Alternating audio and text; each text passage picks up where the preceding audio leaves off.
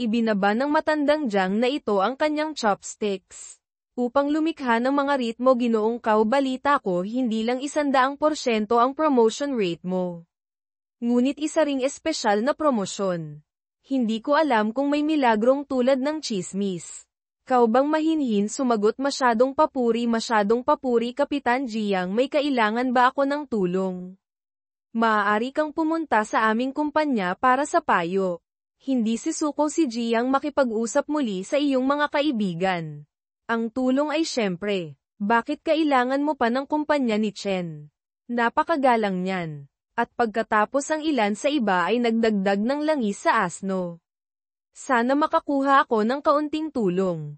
Mula sa kaubang, ngunit sa harap ng mga taong ito na nakatali sa moral, sa huli, hindi na nakatiis si Kaubang. Pero umalis ka muna, iligtas si Sam Lam at hypothetically nagsasalita, Mr. Kao, ngayon lang kasi hindi ko pa naayos ng mabuti. Mangyaring maghintay ng ilang sandali at ihahatid kita pa uwi. Hindi pa siya tapos. Pagkatapos ay itinaas ni Kaubang ang telepono. Nakapag-book na ako ng sasakyan dati. Huwag kang mag-abala. Pagkaalis ni Kaubang, isang magaspang na kamay ang tumama sa balikat ni Leo. Direktor Lam, sa pagkakataong ito tutulungan kitang ituro ang tip sa Kaubang provokasyon sa kanya at sa iba pa niyang relasyon sa kapangyarihan. Tinulungan mo ako sa Black Forest. Isaalang-alang ito ng isang kurbatang. Iligtas si Sam Lam na nagpapanggap na sinasabing pato lahat tayo ay pagkakaibigan na nagtagumpay sa kamatayan. Tulong pabalik-balik, syempre. At pagkatapos ay makikipagkamay siya at walang gagawin. Hindi tayo nasa iisang bangka. Nang lumingon siya, sinabi niya ang matandang tagayusig. Malaki ang naitulong sa iyo ng iyong ama. Para lang may sakay siya sa iisang bangka. Ngunit maaari kang magtakda ng isang bitag upang laruin siya. Ang lawa ay ibang tao. Pagka-uwi ni Kaubang, nakatanggap ako ng tawag sa telepono mula kay Liu Shamlam. Sorry talaga. Mr. Kao, kasalanan ko ang lahat ng pangyayari ngayon. Hindi ako makapaniwala na hindi sila nagpakita ng ganoong paggalang ngayon. Malamig na sagot ni Haibay, hindi masama. Hindi ako magagalit sa maliit na bagay na ito. Tapos hindi ko na hinintay na matapos ni Sam Lam ang sentence niya. Siguradong ibinaba mo na ang telepono. Nagsisimula kang sisihin ang iyong sarili. Wala pa kasi akong kapangyarihan para baligtarin yung table na yon. Sa harap ng mga mapagkunwari na ito, kailangan mong ibalik ang iyong sarili ng mabilis. Dapat mas malakas, kaya nagsimulang mamuhunan si Kaubang sa pananaliksik sa droga. Sa pamamagitan ng paghahanda ng isang timpla ng iba't ibang herbicide, sa harap mo ay isang lilang bote ng aerosol. Idiot, inumin mo ang iyong gamot. Sabay-sabay. 3 magagandang babae ang dumating sa opisina ni Kaubang, kara-rating lang nila sa reception. Biglang may malakas na dagandong sa kwarto. At pagkatapos ay mayroong kakaibang tunog ng clunky-clunky. Parang bawat oras ay nasa puso nila. Sa mabigat na paraan ngayon, ang braso ng isang hanggal ay nagiging magaspang. Kahit ang hugis ng puso, nagbubunga din ito ng pagbabago. Napakabilis, ang isang tanga ay umunlad sa isang matagumpay na kalidad ng epiko. Mayroon itong makapal na asul na gas sa likod nito. At bigla kong natuklasan. Ang ebolusyon na ito ay nailalarawan din, kumokonsumo ito ng dugo at enerhiya. Ito ay maaaring paikliin ang dugo ng isip hangga't may dugo. Pagkatapos ay maaari mong i-upgrade ang lahat ng mga katangian. Ay isang tanga, maaari din itong aktibong i-activate ang circadian system. Humahantong sa cardiac resonance. Ito ay batay sa pagkontrol sa pulso ni Tim. Tuwang-tuwa ako matapos itong pagmamayari. Ang katangiang ito, ang lakas ng pakikipaglaban ng isang hanggal, ay tataas ng isang antas. Ngunit ngayon ay may isang mahirap na problema. Ito ay isang hanggal na naging parehong malaki at magaspang. Hindi maginhawang tumingin sa labas. Lahat ng uri ng mahihirap na isyu upang malutas ang pagsusulit na ito ay maaari lamang italaga sa isang katulong. Payo, mangyaring humanap ng isang bagay upang matulungan ang tanga na pagtakpan. Kung lalabas ka ng ganito, nagbabanta kang papatay ng tao. Nagsisigawan ang mga babae ngayon. Biglang nakuha ni Uncle Kao ang atensyon ni Kao bang bulong mo sa puso mo o ito pala ay anak ni Liu Shamlin siguro ako mismo ang nagbitin sa kanya. Kaya ngayon sabihin sa iyong anak na pumunta dito upang mag-imbestiga. Ang ugali ko pagkatapos napansin niya ang dikiya na lumulutang sa hangin. Parang dagat ng mga ilusyon umaangkop sa isang ganap na bagong ekolohikal na posisyon. Ito ay isang napakamahiwagang species. Ilang sandali pa, sinabi ni Vo ang kanyang kahilingan. Pag-asa matutulungan ni Kaubang ang kanyang mintcat na mag-evolve ayaw ni Kaubang na magalit kay Lamlam ngunit ginahasa ang isang inosenteng babae na walang alam. Kaya handa kang sumang-ayon. Tamang tanong ni Kao. Ang iyong hayop ay walang tubig. Wala pa ang pusa ngayon. Ngayon ang pusa ay nagtatago sa isang sulok na parang uod. Tinakat pala siya ng tanga na iihi ang pantalon niya. Ang kawawang payaso ay tumalon sa kandanggan ng Panginoon at pagkatapos ay hindi ito tumitigil. Malapit sa suha ng dinastiyang Liu iyan ay isang pasang kambing ngayon. Nagtanong din siya tungkol sa pag-ibig ng dikiya. Lumalabas na ang beastbender na ito ay may kapangyarihan ng espasyo. Nakita ko ang babaeng may hawak ng phone. Sa harap ito ay isang hindi natukoy na espasyo. Naisip ni Kaubang sa tiyan ng ikatlong halimaw may direksyon. Ito na marahil ang pinaka-carpeted space animal. Ang pinaka-bobo ay yung iniisip lang na cute. Iniisip ito ng ilang tao bilang isang portable storage bin. Pumunta sa boss. Hilingin na makakita ng higit pang imbentaryo. Dinala ka ng amo sa bodega. At sinabi na ang lahat ng dikiya na lumalangoy sa hangin ay narito. Ang mga dikiya na ito sa mga unang yugto ng kaganapan na mahawan ng bago, mutated space energy, ay palaging nakatira sa dagat na iyon. Bagaman maaari silang magparami sa malaking bilang ngunit muntik na itong kainin ng isa pang halimaw. Nagbibiro ang amo. Ang ganitong uri ng dikiya, bagamat ito ay isang special na ari-arian, pero sa totoo lang, bukod sa kakayahang lumangoy sa hangin at nagbukas ng pangalawang espasyo sa katawan ni Ra, halos wala silang kakayahang umatake. Kung hindi maganda, hindi masarap. Baka extinct na talaga. Patuloy na bulalas ni Kaubang so buti na lang hindi masarap saw tumingin ka sa isang bungkos ng dikiya sa loob. Mukhang napaka-normal. At walang malaking pagkakaiba sa labas. Ito ay sa sandaling ito. Isang kakaibang dikiya ang nakakuha ng kanyang atensyon. Ang ibang dikiya ay hindi galit. Ngunit ang dikiya na ito ay nakakagulat na aktibo. Parang sobrang exciting. Tinanong niya ang presyo nito. Ngunit ang hamak na ito ay sumisigaw sa langit ito ay isang bihirang uri ng mutation na mahirap hanapin. Perpektong kalidad masasabing lumalangoy sa hangin ang hari ng dikiya. 100 murang credit point para sa iyo kung wala ka sa industriya. Siguradong naniwala ka sa kanya. Nag-bargain ka ng tiyak para sa 50 credit points. Hindi ako makapaniwalang pumayag agad si boss. Sa isang segundo nang walang pag-aalinlangan. Baka magaling pa sila. Ngunit naisip ni Kaubang na ang pagbibentang ito ay hindi isang kawalan. Dahil nakikita mo ito sa screen. Isa itong class 4 na elite jellyfish. Nakikita ang dikiya na nakaimpake na parang lobo mabilis niya itong binigyan ng pangalang Aiden. Pangalan ng henyo yan. Ang prinsipe ay umiidlip ngayon. Pero narinig ko lang ang boses ni Kaubang. Tapos biglang nagising ang isip. Kapag nakita mo ang mataas, mag-uwi ng hayop, ang 7 pag-asa ay petrified. Parang gusto niyang magtago sa likod ng pinto. Pagkatapos ay isara ang pinto ng buong lakas. Nagseselos ako noon pa man. Nagpasya siyang ayusin ito. Subukan mong tumayo sa labas na may dalang masasarap na pagkain para maakit ito. Nakarinig ng masarap na pagkain ang lalaking ito. Siyempre may reaction. Napakabilis na binuksan ng mata ko na ito ang pinto. Mas laway hindi ito tumitigil sa pag-agos pababa na parang talon. Gayunpaman, ang naghihintay para dito ay hindi isang masarap na pagkain.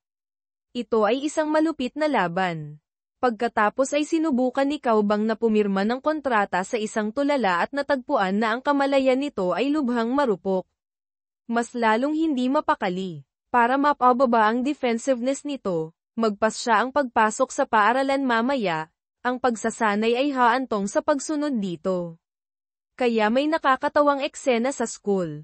Alakdan Lilang Karayom siya ang pangunahing tauhan sa pagsasanay. Sanayin ang mga halimaw ngayon. Para maging patas high degree nagpa siya na makipagkumpetensya muna upang kunin ang pagkakataon ngayon ay may isang binata at isang tandang nasa likod mo ang malaki mo. Anyayahan munang maglaro, ngayon ay nasa labas ng korte ng mga dakilang patay tapos isa lang kayo. Titi ng dragon napakabilis na nagsimula ang labanan ginagamit ng Purple Scorpion ang higanteng buntot nito para basagin ito ng biglaan. Nakita kong tumalon ang Dragon Cup para maiwasan ang pag-atake. Ito ay tumalon sa hangin ngayon. Tulad ng Fanged Ocean Eagle na sumisid ngunit biglang kumapit ang higanti. Ang Lilang Alakdan ay mahiwagang din. Sinaksak siya ng kanyang buntot. Dragon Cup agad sa kabutihang palad, ang Lilang Alakdan na ito ay hindi lason. Biglang nabaliw ang sugatang manok. Ang tuka ng matalas na manok ay tumusok sa kabibi ng alakdan. Sa isang segundo kasama ang katawan. Alakdan ang Lilang Karayom ay patuloy na naglalabas ng asul na dugo biglang namula ang mata ko. Gamitin ng mabilis hangga't maaari upang salakayin ang sweet nito. At walang laman ang matigas na buong katawan na patuloy na kumikibot kinikilala nito ang sakit na hindi dapat gawin ng mga lalaki. Ito ay tulad ng panunood ng dalawang itlog ng manok na pumutok. Pagkatapos nakita ko na lang ang mga luhang tahimik na palm attack sa gilid ng aking mga mata. Ito kaagad pinahirapan nito ang lahat ng lalaki sa bukid. Kung manalo ka, malinaw. Agad ding huminto ang opisyal. Matapos bitawan ang mga kamay ng Alakdan Purple. Needle na wala ng suporta ang mga Dragon Cocks bumagsak sa lupa sa huli ay nawala ang kanyang karangalan. Klampang dalawang binti gulat tumakbo palayo nagtanong ang guro, at sino ang gustong humamon? Alakdan Lilang Karayom no nakita kong napaatras ang lahat. Kaya kumpiyansa si Cowbay na tumayo sa hamon pero ang hindi ko inaasahan ay kakapasok lang niya sa field. Napaatras ang Lilang Alakdan sa takot. Hindi nagtagal Scorpion King Purple agad ang pag-atake ni Ra palakas ng palakas. Bagamat mabilis mag-react ang prinsipe mabilis itong naiwasan. Ngunit ang pagharap sa buntot ni Kim ay nagulat hindi nakatakas ang prinsipe. Direktang tiisin ang lahat ng sakit. Ang sakit ay naging sanhi ng pag-on ng prinsipe sa seryosong mode. Nagsisimula na itong tumama sa malaking buntot nito. Parang attack hammer na inilatag sunod ay ang sweep. At pagkatapos ay lumipad. Sa wakas, isang hilera ng matatalas na ngipin ang kumagat sa isang piraso ng laman nito. Ang Lilang Alakdan ay nakabalot na ngayon sa leon. Pagkawala ng kakayahan sa pakikipaglaban. Ngunit sinabihan ng guro si Cowbang na tawagan muli ang halimaw. Kinakain pala ng prinsipe ang laman at dugo ng Purple Kim Scorpion. Sa masarap na paraan ituloy mo lang ang ganito. Kailangang sirain ng halimaw ang isa pa. Nakatalikod na ngayon ang lalaking may dugong bughaw. Sa tingin ng mga tao sa paligid mo ay masyadong malupit ang prinsipe. Hinala ko hindi pa ito ganap na napaamo. Ang salitang ito ay ikinairita ni Cowbang pinunasan niya ang asul na dugo sa kanyang mukha. Kinausap ko lang. Ngayon ay nakikipaglaban kami sa mga halimaw. Nakakulong sa isang bakal na kulungan. May bantay. So may isip pa maawa ka sa mga halimaw na ito. Minsan sa tahanan ng mga ligaw na halimaw, hayaang maawa sa atin ang halimaw. Ano ang mood ng malabong manok na ito? Sumuko ng maaga. Makinig sa mga salitang ito, natutunan mo ang mga ito mula sa utak. Ngunit huwag magsalita hiniling niyang pumirma ng kontrata sa kamatayan. Kapag nagsasanay ng ligaw kung gaano ito nakakatakot pagkatapos ng lahat at natapos ang pagsasanay. Dinala na ang lahat sa training base. Ang ilang sinabi ng pari, ang sarong ito ay nalinis na. Higit pa sa mga halimaw. Normal na antas at elite na antas ra ay ganap hindi magkakaroon ng anumang mga halimaw sa antas ng pinuno. Mayroong navigation system sa relo na ito. At ang pindutan ng emergency na tawag ang trabaho mo ay manirahan dito ng 1 linggo. May ligtas na silid sa kuweba. Ang antas ng pinuno ng halimaw o mas mataas ay may kakayahang lumagpas sa ligtas na silid na ito, mayroon ding maliit na halaga ng mga halaman sa loob. Tara na kapag handa ka na, mahal. 2 tao ang umakyat sa bundok sa unahan. Ang swerte ay isa ring kailangan na kadahilanan. Hindi nagtagal ay nakahanap ako ng safe room. Pero iilan lang ang nasa kwarto. Pagkain at kama. Ayaw ng militar na magkaisa sila. Sa pamamagitan ng maingat na pagsusuri ng kaunti kung talagang mapaglabanan ang pagtitipid sa pagkain, sa paglipas ng 1 linggo, nahanap ko ang target. Nagpalit ako ng protective clothing ko. Sa kagubatan, bagaman maraming mga peste, tumanggi pa rin si Gaobang na isuot ang protective suit na ito, hindi sila kakain. Bawasan ang tuyong pagkain sa loob ng 7 araw kaya nagpasya akong lumabas sa kakahuyan at manghuli. Ano man ang mangyari, maaari kang bumalik sa ligtas na silid. Itago sinimulan nilang samantalahin ang napakalaking sukat ng mga rhino. Plancha para buksan ang kalsada. Hanapin mo na lang ang tubig. Magkakaroon ng mga lugar ng pangangaso sa paligid ng kalikasan. Hindi nagtagal. Nakakita ako ng bukal sa hindi kalayuan. Dahil walang amoy na nagpapatunay na ito ay malinis na tubig. Sa panahong excited ka, pagkatapos ay biglang iniluwa ng palaka ang isang lawa.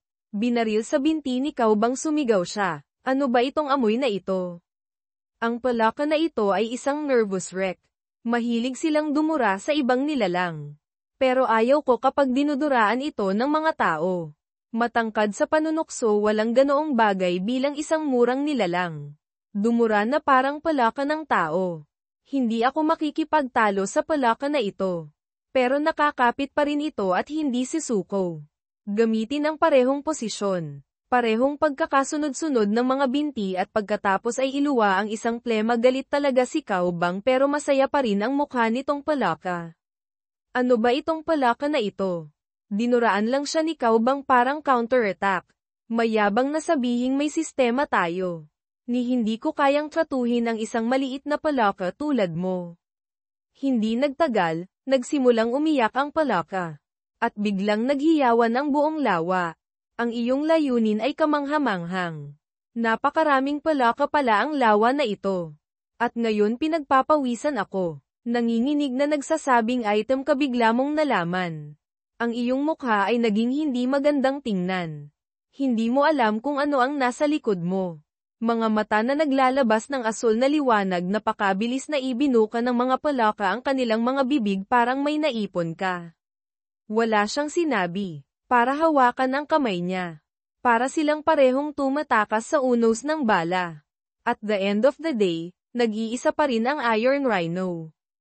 Tumayo para magdusa. Pareho kayong tumatakbo para sa inyong buhay. Bumagsak sa lupa dahil sa pagod.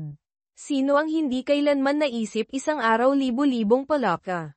Pagtataboy ng laway, kalmadong muling ayusin ang impormasyon. Sa likod ng hilagang kagubatan ay isang lawa ng palaka. Sa kanluran ay anak. Lumipat patungo sa malaking pinto, wala pa akong nakikitang malalaking halimaw. Ang timog ay ang Arabian jungle. Natuklasan namin ang maraming malalaking mandaragit. Karamihan sa mga puno ay malusog. Hindi magandang magtrabaho ang mga rhino. Ang silangang dulo ay isang matarik na dalesdis, may nakita akong mga bakas ng mga herbivore na nanginginain. Mayroon lang akong 10 ng impormasyong iyon sa harap ko. Pero ang hindi nila alam, lahat ng pinagdaanan mo. Ang lahat ay nasa ilalim ng pagbabantay ng guro. Nagsasalita ngayon ang guro. Ano man ang lupain na iyong kinakaharap, kontrol ng mga kasanayan sa kaligtasan o ang kapangyarihan ng timing. Ang kanyang pagganap ay lumampas na sa karamihan ng Team 5. Hayaan mong subaybayan ko ang kanyang focus. Kapag bumalik na kayong dalawa sa safe room, nalaman kong nakalock ang pinto. Puno daw ang lalaki sa loob. Mataas sa pamamagitan ng pagsubok na negosasyon, dumidilim na. 2 lang kami. Mag-iwan lamang ng isang lugar sa lupa. Ngunit ang mga tao sa loob ay naiinip. Sabihin mo na lang na lumabas na kayong dalawa. Nakita iyon ni Kaubang at kinuha ang isang bakal na kadena na ra-lock ang mga ito ng direkta. Doon ako na-curious. Hindi ko alam kung saan mo hinayla ang kadena na ito. Sabi ko sa kanya bago lumabas ng safe room. Nakita ko ito sa ilalim ng mesa. Ito ay maginhawa upang ilagay ang iyong mga kamay sa backpack. Pagsapit ng hating gabi ay naghahanap pa rin sila ng ligtas na silid. Sa hindi tiyak na paraan hindi ko alam sa likod nila. Isang itim na leopardo na may pulang mata ay nakatitig sa wala kayong choice. Maliit lang ang safety room. Delikado ang patuloy na umasa. Kaya matutulog ka isang gabi sa puno. Sinasamantala ang napakalaking kapangyarihan ng rhino, bumagsak sa puno. Upang magtayo ng isang kanlungan sa isang puno ng kahoy sa kalangitan, hindi nagtagal 2 tao ang natutulog sa ilang nang walang kaunting pag-aalala. Sa puntong ito sa puno ay may isang itim na anino. Palaging tahimik na nagmamasid ang daan. Maaari kang magpalipas ng gabi sa ilang. Nang hindi sinusunog ang asno hindi mo na kailangang iset up ang night guard, kailangan mo pa akong bitawan. Ngayon sa malapit na puno. Biglang may dumaan na itim na anino. Alerto ang daan. Ito pala ay isang Night Panther gliding. Akala ng kabilang kalsada ay hindi ito masyadong malakas kaya hindi ko gagawin. Pero sa ngayon, nakikita kong may mali. At saka siya tumayo at nagsimulang sumigaw. Pagkatapos ay sumigaw siya pababa ng puno. Nasa combat mode ang lahat. Nakatitig ang leopardo sa gabi sa mga sanga ng puno nakatitig na parang gutom na tigre lumalabas na isang normal na kalidad ng Night Panther.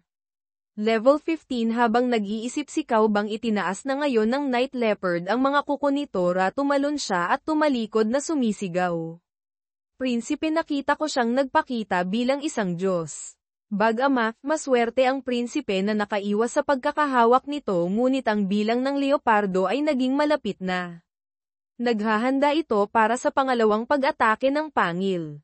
Biglang nagningning ang mga mata ng prinsipe ilang kidlat mabilis sa pamamagitan ng katawan ng Night Leopard matapos maparalisa, bumagal ang takbo. Pagkatapos ay sinamantala niya ang pagkakataong kumagit pabalik. Ang sakit na nagtutulak sa leopardo sa gabi pagkatapos ay bumangon ka sa puno. Pero deep inside na ngayon biglang may malalaking pulang mata. Nakaramdam ng malaking panganib ang kadiliman. Ito ay natatakot dahan-daang iikot ang iyong ulo nakita ko ang isang higanteng berdeng kumot na nakatitig sa akin. Titigan mo ito na sugatan siya. Nakatayo lang siya doon na nanginginig na parang aso. Biglang bumuka ang bibig ng dagwang kumot at biglang umatake. Ang kawawang leopardo sa gabi ay agad na naging pagkain. Ang tuktok ng bibig ng kumot kapag nakita mo ang tensyon, sumigaw at tumakas.